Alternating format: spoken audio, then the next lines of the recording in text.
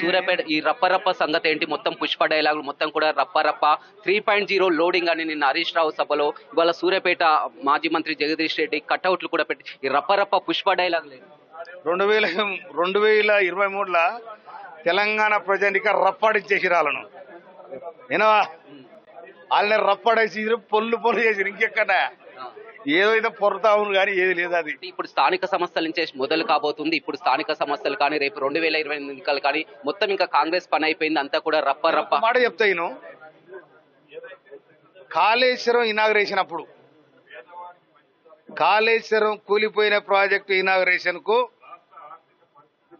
కేసీఆర్, ఫడ్నవీస్, జగన్ ముగ్గురు ముఖ్యమంత్రులు వచ్చారు. అవునా? ఆయన ఇరిగేషన్ మంత్రి ఎవరు? ఇరిగేషన్ మంత్రి హరీష్ రావు.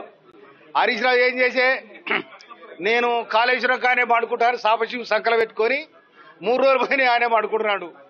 ఏవా మామిడిబాయ్, ఫడ్నవీస్ ఎడిబాయ్, జగన్ ఎడిబాయ్, నువ్వు ఎడిపోతావు అంత గోవింద మంగళం.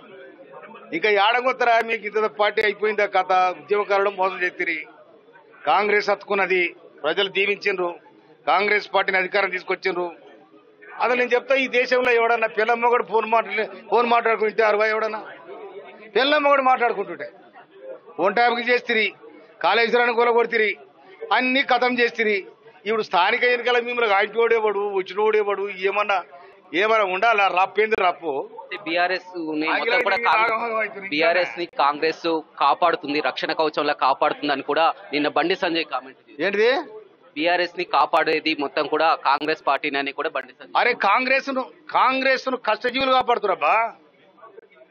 కాంగ్రెస్ కాపాడే కార్యకర్తలు వాళ్ళని కాపాడతారు. రేపు ఇప్పుడు వాళ్ళు చిల్లకొలం అయిన వాళ్ళు చిల్లకొలం అంటే ఇరికానా నీకు? పెంటను కోలు తవ్వుతాయి, చిల్లంకొలం అయితే అది వినవా?